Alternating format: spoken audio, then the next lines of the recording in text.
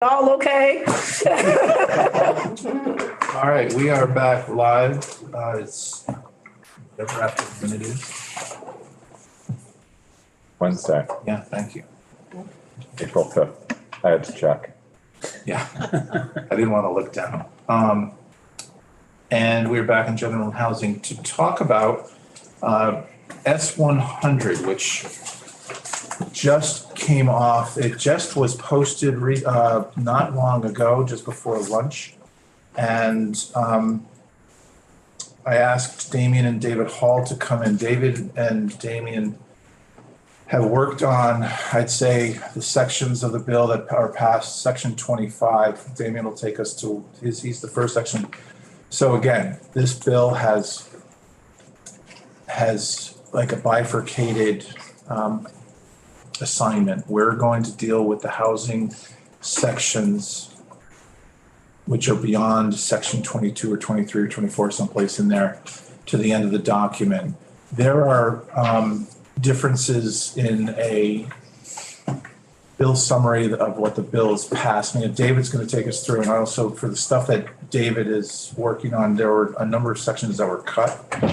Eventually, I want to get to what those sections were because they had to do with money and whatnot. So that this is framing what we're going to be working on this bill for the next week and a half.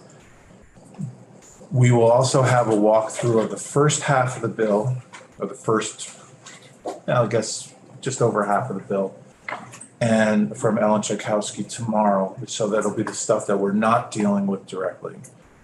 That will be dealt with in the environment, in the Energy and Environment Committee, because that's their portfolio directly, and they work on zoning materials and downtown or town designations or village designations quite a bit in their committee. So it's going to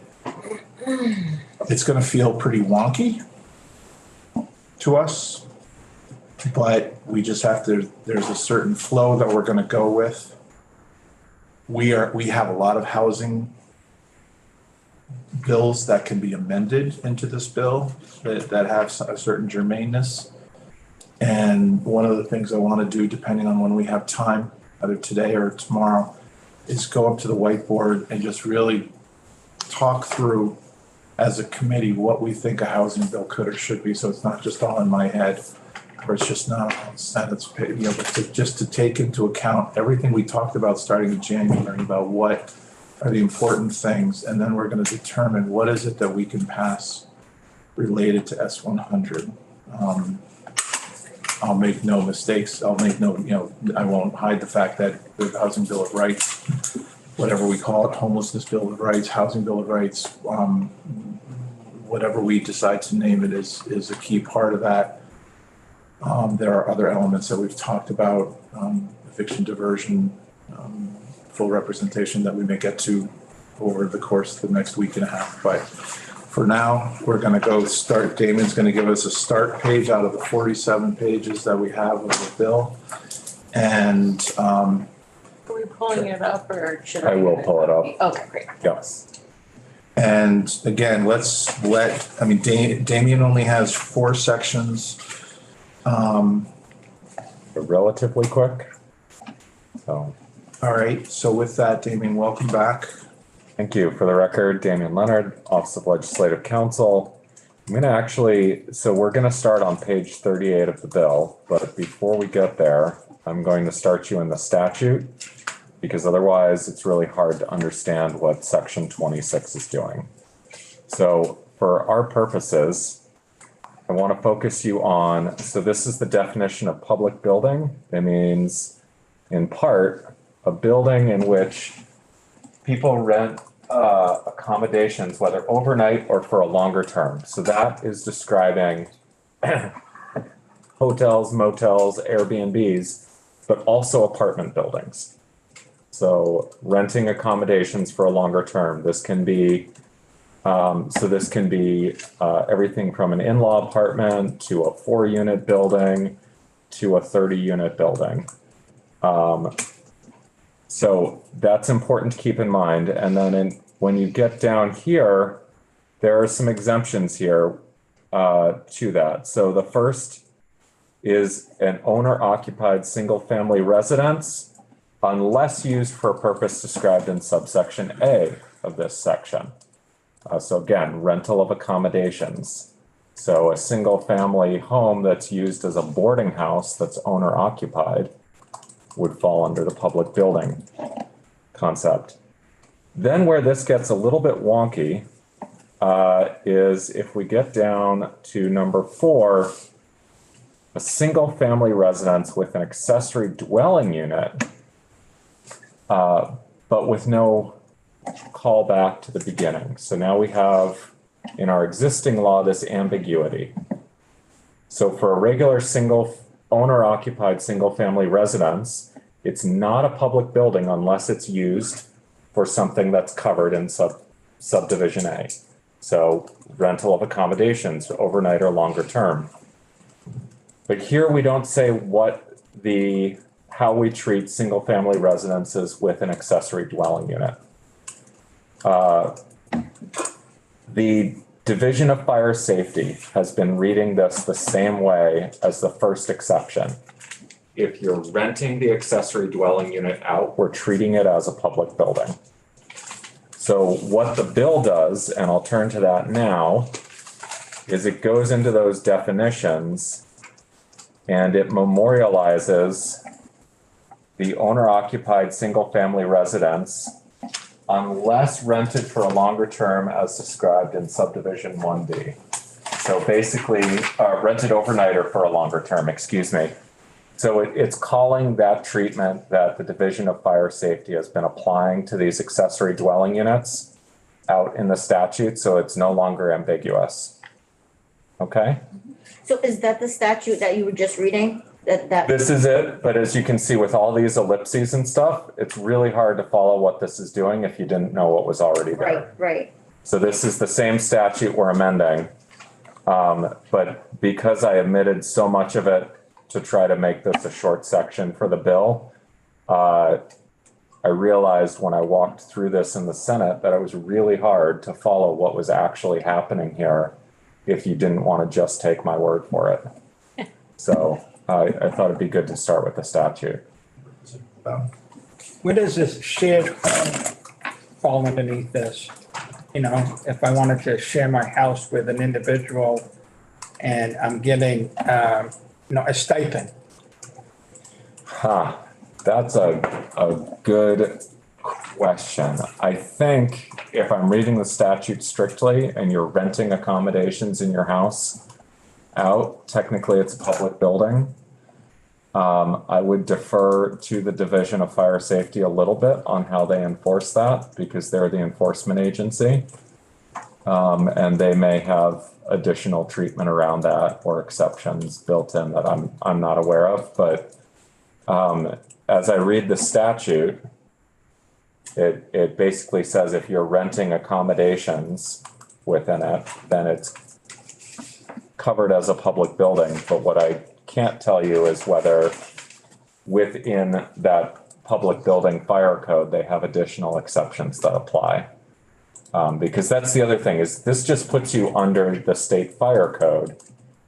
And then you just have to apply that. It's not a monolithic document. It calls out different requirements for different buildings, et cetera. So when you get to certain multi-story buildings, there are certain requirements for fire safety, for elevators, for access, et cetera, that come into play that aren't in play for other buildings that are smaller or have different uses. Thank you. So this portion of statute is what chapter? This is 20 VSA, chapter 173. Okay, so are there, and just for our purposes, so for the purposes of this section alone, this is the definition of public building. Are there other definitions like we've been talking about all year long where, we know that there's 20 plus definitions of employee or employer? Is there another section that deals with buildings in general? So we get into different definitions depending on whether you're talking zoning law, building codes, Public Accommodations Act, Fair Housing Act. So there are, you can get into slightly different what's going to fall under this questions. So I think what you're, and there you're really talking about like public accommodations refers to places of public accommodation.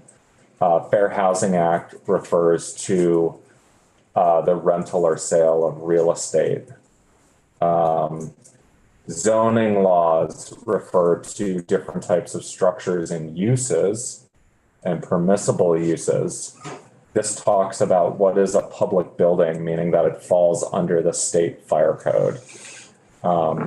And so that's really what we're getting into. There is a great deal of overlap between these, but for example, especially in the housing context, you'll have buildings, single family housing, which are not subject to the state fire code generally, but could be if they're used a certain way. Whereas you'll have other buildings, multifamily housing, that are likely to fall under the state fire code, and then non-housing related buildings that are used by the public, which will also fall under the state fire code. Same thing with public accommodations. You'll have some things that are places of public accommodation that will you'll have certain zoning uses that are places of public accommodation that are housing related and others that are not. And so you're going to have a great deal of overlap, but it's worth keeping in mind what statute am I thinking about? And then where are we going from there? And the state fire code focuses on non-owner occupied. So your own house, generally not subject to the state fire code unless you're using it to run a public facing business in some cases. You're renting out accommodations in it potentially, other things like that that might pull it under that public building Like a hair definition. salon. Actually. Yeah. So, for example, something like that, or yeah, I mean, if we look at the definitions of public building, so you're not likely to be running a public utility hospital. You might be running a school out of there. You might be running a nursery, kindergarten, or childcare out of your house. Theoretically, you could be running a house of worship out of your house. You certainly could have a building in which 2 or more persons are employed. You could potentially be running a restaurant out of your house in some parts of Vermont. And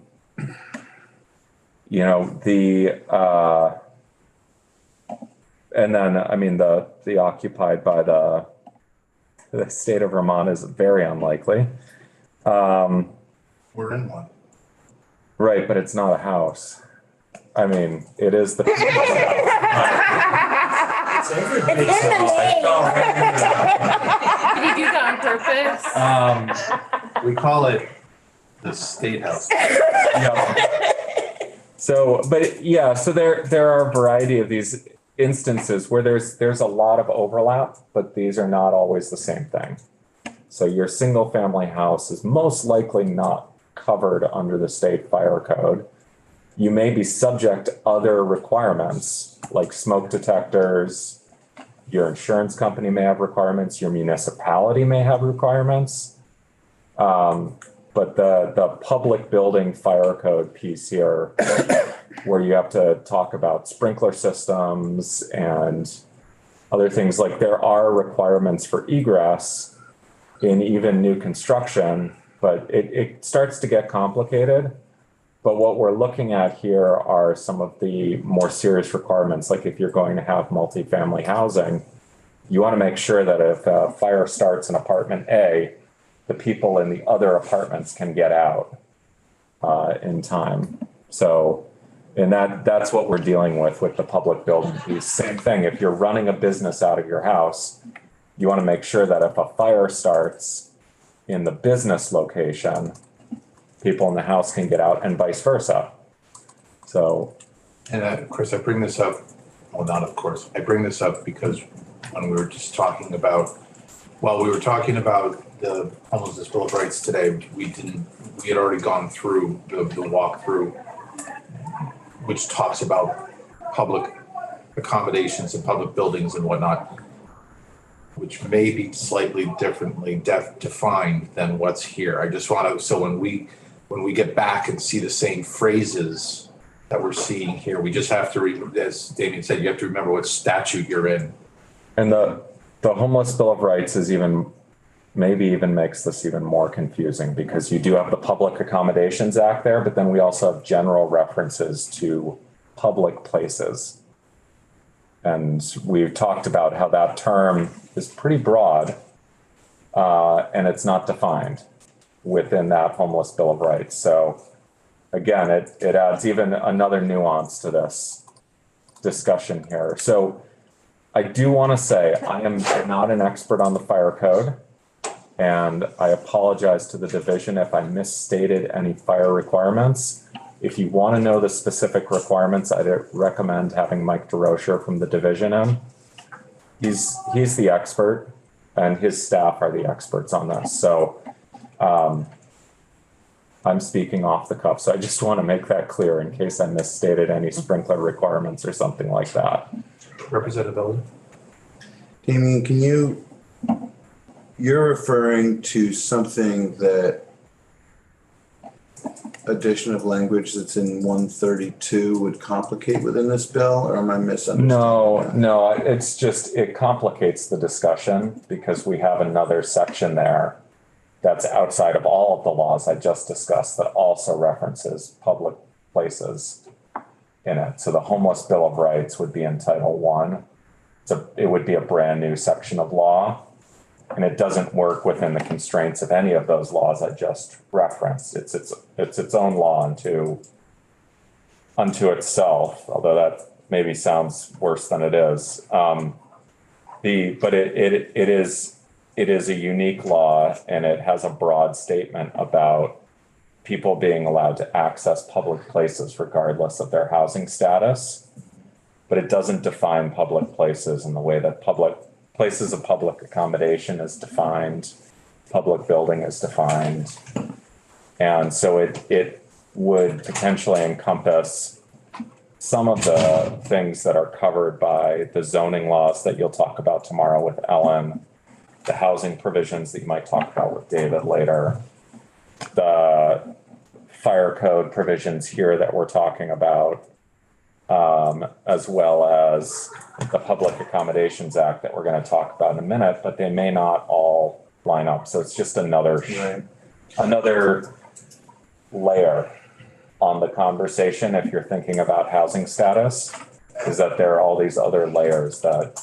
And when you talk about the unhoused Bill of Rights or the Housing Bill of Rights, whatever the title winds up being ultimately, you're talking about the law that's envisioned in 132, but is not current law yet. It's not current law, yeah. So that would just add another layer to the discussion. I don't think that provision itself would actually really, it wouldn't directly impact the language we're talking about here. It would have some impact on the public accommodations language that we're going to talk about in a minute, but only in an indirect way of adding another category that is protected under the Public Accommodations Act. Representative Crescent? Oh, I'm sorry, I was looking at my. I took something like this. I know, it was like. Quick follow-up, did you work at all on the public accommodations language that we just added to the Education Bill 483? With that was probably somebody else, huh? Representative Christie amended some language that we had regarding public accommodations, and it's in that section of law. So if that bill was to pass, it kind of adds a new, but that is specific to educational facilities, but I think there are some aspects. I drafted that. You drafted that? Yeah. Great. I'll hold my questions on that, but I am interested to know whether the kind of language that we included in 483 without amendment has some bearing on some of these other public, or if it really is pretty siloed within the educational space. Yeah, at least I'm pretty sure I drafted that. Yeah, sure. And we'll have a more closely related context for that with S103. Yeah. So, So let's, all right, let me reshare my screen here. So the next bit here, section 27, we deleted. Section 20,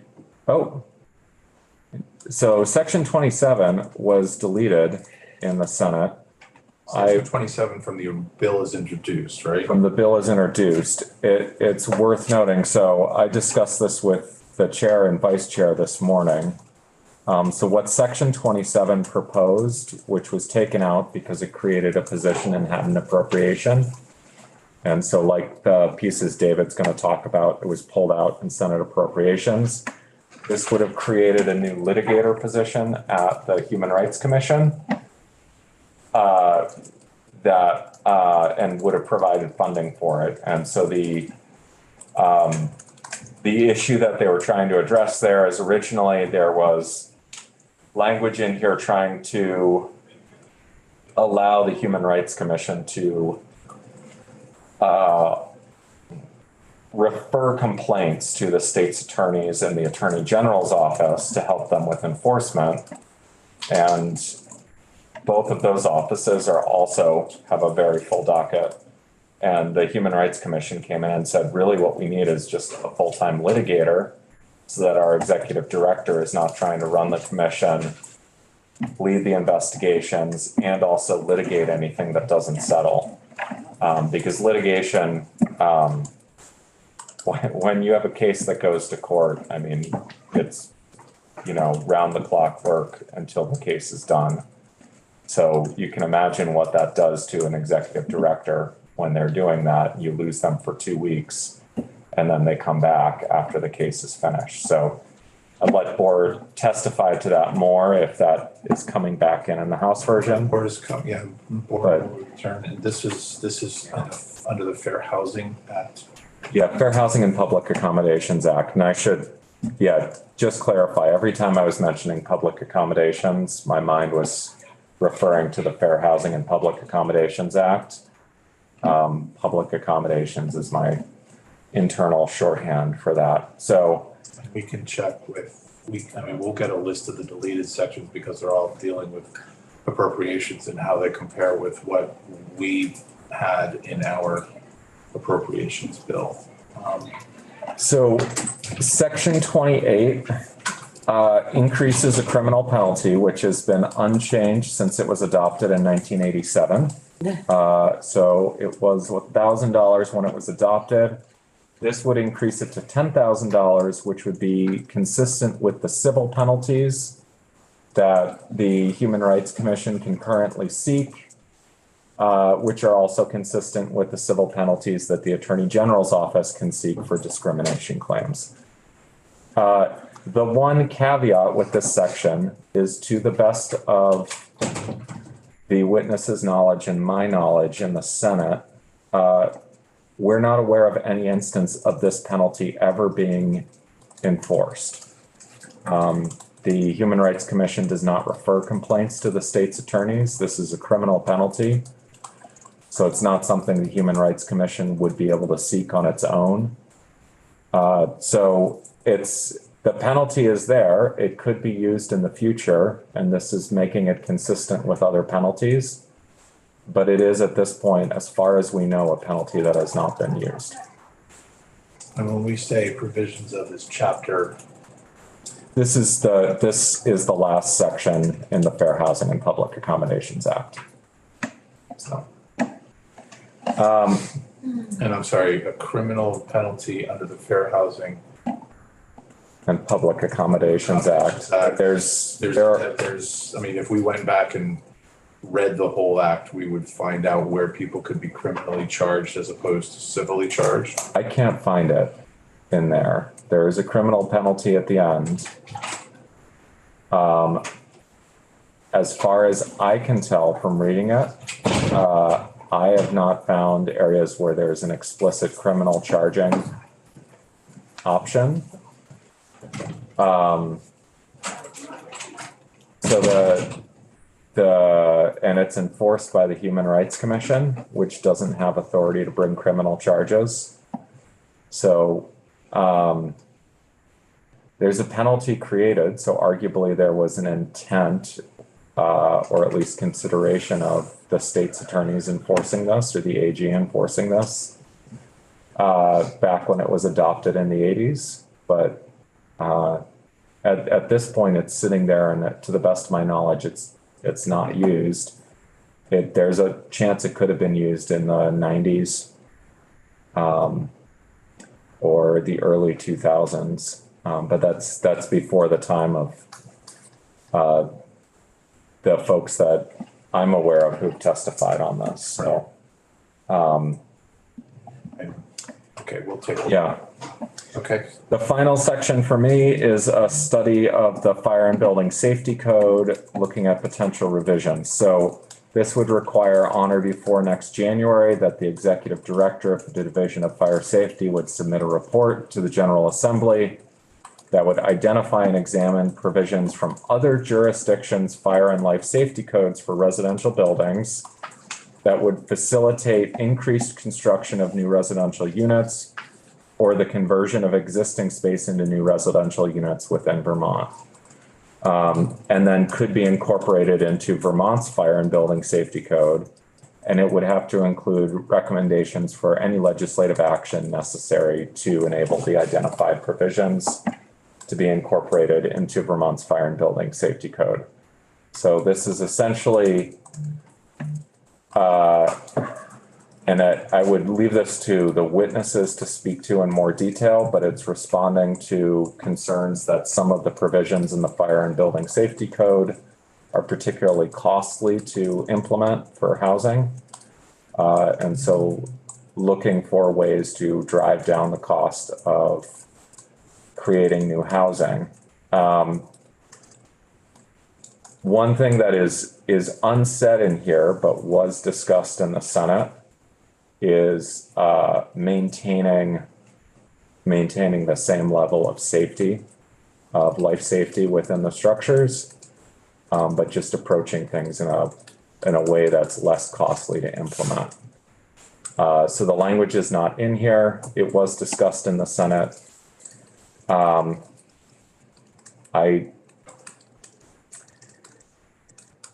don't recall being told not to include it, so I would think off the top of my head that this was an inadvertent exclusion on my part when I was drafting the language, but you can talk to your Senate counterparts to see if there were concerns. But I don't recall being told not to include that language. I do recall discussion of the intent to maintain safety while looking at creative solutions to providing that safety in structures that are in a way that's less costly than our current code requires. So can you give us a quick primer on, let's just say, electrical code?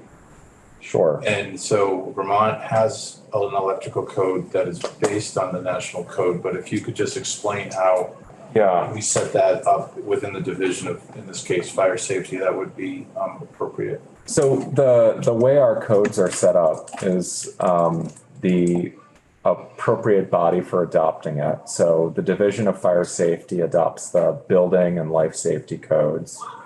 And then there are the plumbing and electrical licensing boards adopt the electrical and plumbing codes. But the way they're set up is that essentially you start with a national code. In Vermont, we start with the national code, and then the way our rules read is it'll say on page 2, paragraph 44.61 or something like that, in the second sentence, strike out, the following clause, or delete the second sentence, or add the following sentence. And so what it is basically we take the national code as a basis, and then you amend it based on Vermont's unique needs or the marketplace or the structures you encounter here. There are some things in the national code that just don't make sense for Vermont. There are things that might make sense in, for example, Arizona or Florida in terms of building that don't necessarily make sense up here. When you're talking, hot, humid outdoors, there's a much different effect on a building than when you're talking about cold, dry winter air in Vermont. Same thing with fire and building safety. When you're talking about areas that have lots of new construction, it may be very different from Vermont, where you have lots of older construction. You encounter a lot of balloon framing, which lacks fire blocking, so fire can spread through the walls in some of these older wooden structures. There's all sorts of things that you encounter in Vermont where the Division of Fire Safety might say, there's a way to deal with this that's not covered in the national code, or maybe the national code is requiring something that just doesn't make sense in these buildings. So we give our Division of Fire Safety the authority to essentially go in and make tweaks to these codes. And typically our adoption of the codes runs a few years behind the national codes. So for example, what you'll see is our latest code will be adopting like the 2015 NFPA, National Fire Protection Association code, whatever, and then with the following amendments. And that would be the code that's in effect several years after that. And then another several years later, when the Division of Fire Safety, with its limited resources, gets a chance to update the code again, they'll adopt another recent code that they've had a chance to evaluate and implement it then. So that's kind of how the codes work in Vermont. So there's nothing that prevents our Division of Fire Safety from saying, and this is just a hypothetical, saying, in Canada or in Europe or in Japan, they have a really good take on how to prevent the spread of fire in a multi-unit residential building. And it doesn't require the implementation of X technology that's really expensive and in limited supply. Instead, it uses something that's more readily available. And so they could have the potential there to strike out the paragraph requiring the technology that's expensive and hard to implement, or by adding another paragraph that's saying, in the alternative, you can implement this other technology. So there are options there. It's really something that you want, though, the folks at Division of Fire Safety to evaluate, because they're the experts in, what is the life safety effect here. So It's a Jenga thing. We're asking for a study of what the consequences both positive and negative could be for creating some space in the codes. Right, and it's a challenging area, and We'll have yeah, I think the director. Director DeRocher can talk to this in a lot more detail and probably a lot more fluently than I can with my limited layperson knowledge of what they do. So that wraps you up. That wraps me up. All right, David, if you give us 5 minutes and then we'll go with you.